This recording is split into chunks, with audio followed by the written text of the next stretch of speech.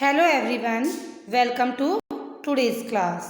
आज हम पढ़ रहे हैं class 6 history, chapter number 2 and the name of chapter is from hunting gathering to growing food.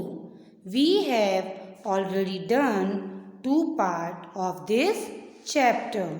So today we are starting 3rd part of this chapter.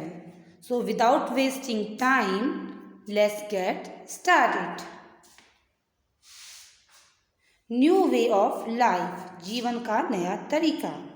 If you plant a seed, अगर आप एक बीज बोते हैं, एक plant को लगाते हैं, you will notice it, तो आपने नोटिस किया होगा that it takes some time to grow, कि इसको बड़ा होने के लिए कुछ समय चाहिए।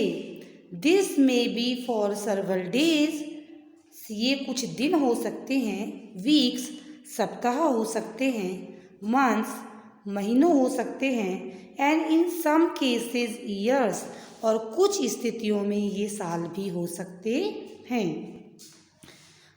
अर्थात कि अगर आप कोई बीज बोते हैं और आप उसको प्लांट को लगा के उसको पेड़ बनता हुआ, उसको बड़ा होता हुआ देखना चाहते हैं, तो आपने नोटिस किया होगा कि जब भी हम कोई पौधा लगाते हैं या हम बीज बोते हैं तो उसको पौधा बनने में या उस बीज को उगने में, उसको बड़ा होने में टाइम लगता है।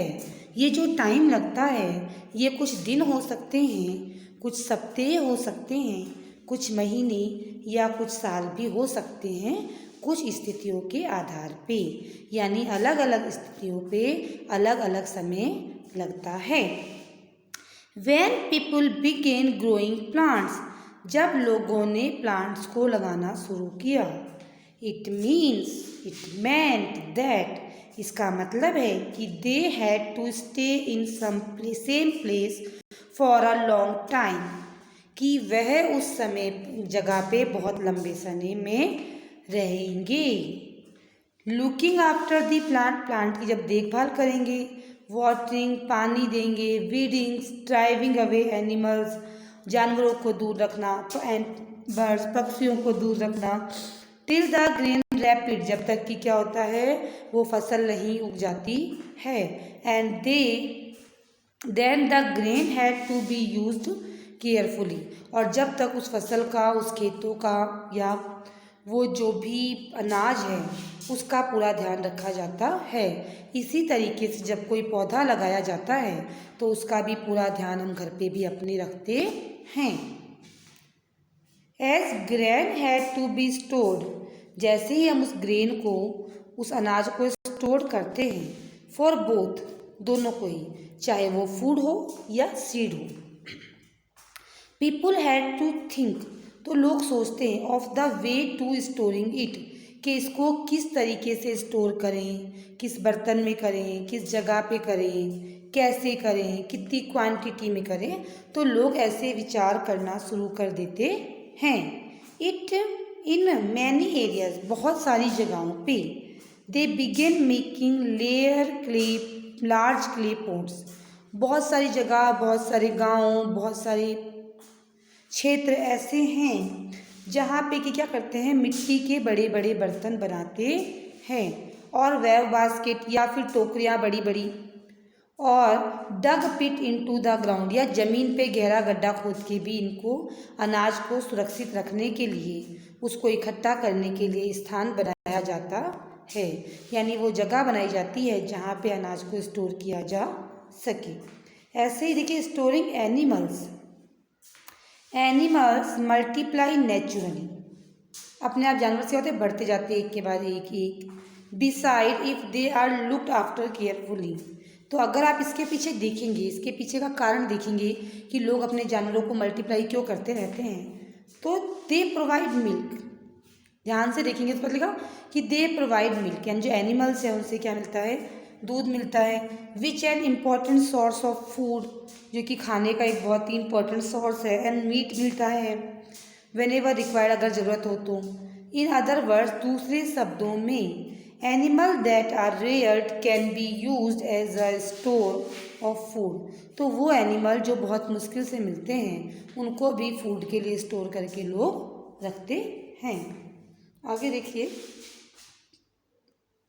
टुवार्ड्स अ सेटल लाइफ, एक सेटल लाइफ की तरह, एक व्यवस्थित जीवन की तरफ अगर हम बात करें तो आर्कियोलॉजिस्ट है, जो आर्किटेक्चर्स होते हैं, ऐसे आर्कियोलॉजिस्ट जो होते हैं, हैज़ फाउंड, उन्होंने फाउंड किया, ट्रेस क्या क्या है क्या क्या उन्होंने फाउंड किया, उनको क्या ट्रेस किया, ट्रेसेस ऑफ हट्स, की जो घर हैं, जो झोपड़ियाँ हैं और हाउसेज हैं ना, घर हैं, एट सम साइट्स, कुछ जगहों पे, for instance in Burzahom, in परजेंट इन कश्मीर, यानी अभी कश्मीर में जो बुजामो जो जगह है वहाँ के बारे में बात कर रहे हैं। पीपल बेड्स पिट हाउस, लोगों ने क्या बनाए, पिट हाउसेस बनाए, विच वर डग इनटू द ग्राउंड, जो कि ज़मीन के अंदर खोद के बनाए गए, with step leading into them, और उसको लीड किया गया, उसको इस प्रथा को आगे बढ़ाया गया। These may have provided shelter in cold weather, क्यों बनाए गए, कि सर्दियों में ठंड से बचा जा सके। Archaeologist have also found cooking heater both inside और आउटसाइड द हट, और जो पुरातन विभाग के लोग हैं उन्होंने पाया कि जो लोगों ने घर ज़मीन के अंदर घर बनाए और ज़मीन के ऊपर भी जो उनके घर या झोपड़ियाँ थे, तो दोनों ही जगहों पे हीटर्स थे, यानी कि खाना पकाने के लिए गर्म करने की व्यवस्था थी। ठीक है, तो जिससे कि क्या होता था कि both houses provided the shelter in cold weather. फिर उन्होंने बोला कि हीटर्स फाउंड हुए इनसाइड और आउटसाइड, विच सजेस्ट, जिससे क्या पता चलता है, दैट कि डिपेंडिंग ऑन द वेदर, मौसम के हिसाब से, समय के हिसाब से, मौसम के हिसाब से, people could cook food either indoor और आउटडोर, तो अगर वो चाहें, लोग चाहें तो वो खाना अंदर की तरफ बना सकते हैं या बाहर की तरफ भी बना सकते हैं, जहाँ भी वो बनाना चाहें मौसम के अनुरूप। स्टोन टूल्स देखिए, stone tools have been found from many sites as well as many of these are different from the earlier logistic tools. तो जो स्टोन टूल्स हैं, जो पत्थर के जो टूल्स हैं, वो भी सभी साइटों पे या अलग अलग साइटों पे मिलते रहते हैं। दीज आर डिफरेंट, ये अलग हैं, from the earliest logistic tools, पुराने जो लॉजिस्टिक टूल्स थे उनसे अलग हैं। एंड दैट इज़ वाई, और ऐसा क्यों है, दे आर कॉल्ड, इनको कहा जाता है, न्यूरोलॉजिस्ट कहते हैं कि these include tools that were polish to give a fine cutting edge, कि इनको पॉलिश करके एक फाइन कटिंग एजेस के लिए करा गया है। And modern and festival used, और मॉडर्न या फिर फेस्टिवल्स यूज़ के लिए फॉर ग्राइंडिंग द ग्रेन्स, कुछ ऐसे पत्थर भी हैं जिनसे अनाज को पीसा जाता है।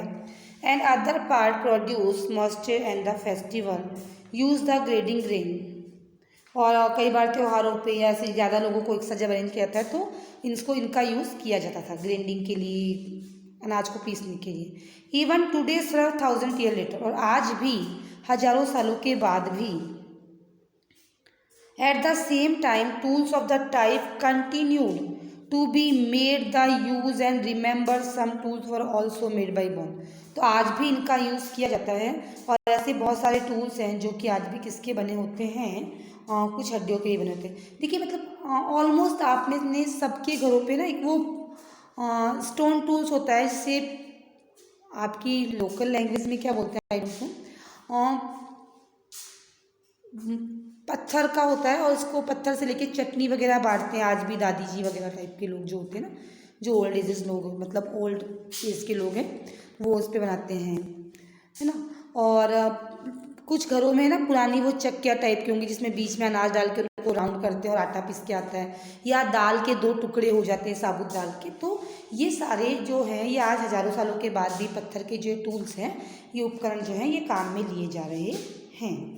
आगे देखते हैं, many kinds of earthen pots have also been found, बहुत सारे अर्थन पोट्स भी मिले।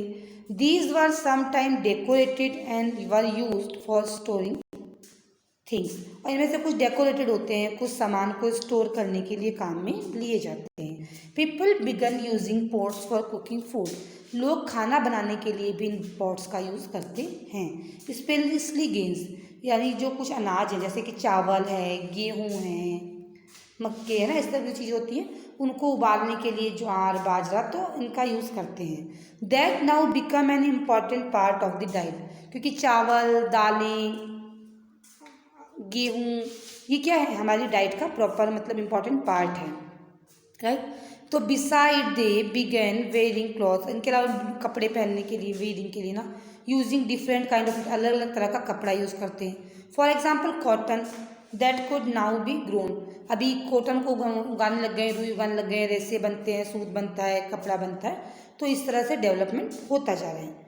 Did things change everywhere at all at once, क्या ऐसा होता है सभी जगह एक ही टाइम पे एक साथ चीज़ें चेंज जाती नहीं होता है, नॉट क्वाइट, बिल्कुल भी नहीं। इन मैनी एरियाज बहुत सारी जगहों पे man and women still continue to hunt and gather food, अभी भी बहुत सी जगहें ऐसी हैं जहाँ पे लोग आज भी जानवरों को मारते हैं, खाने को अनाज को इकट्ठा करते हैं।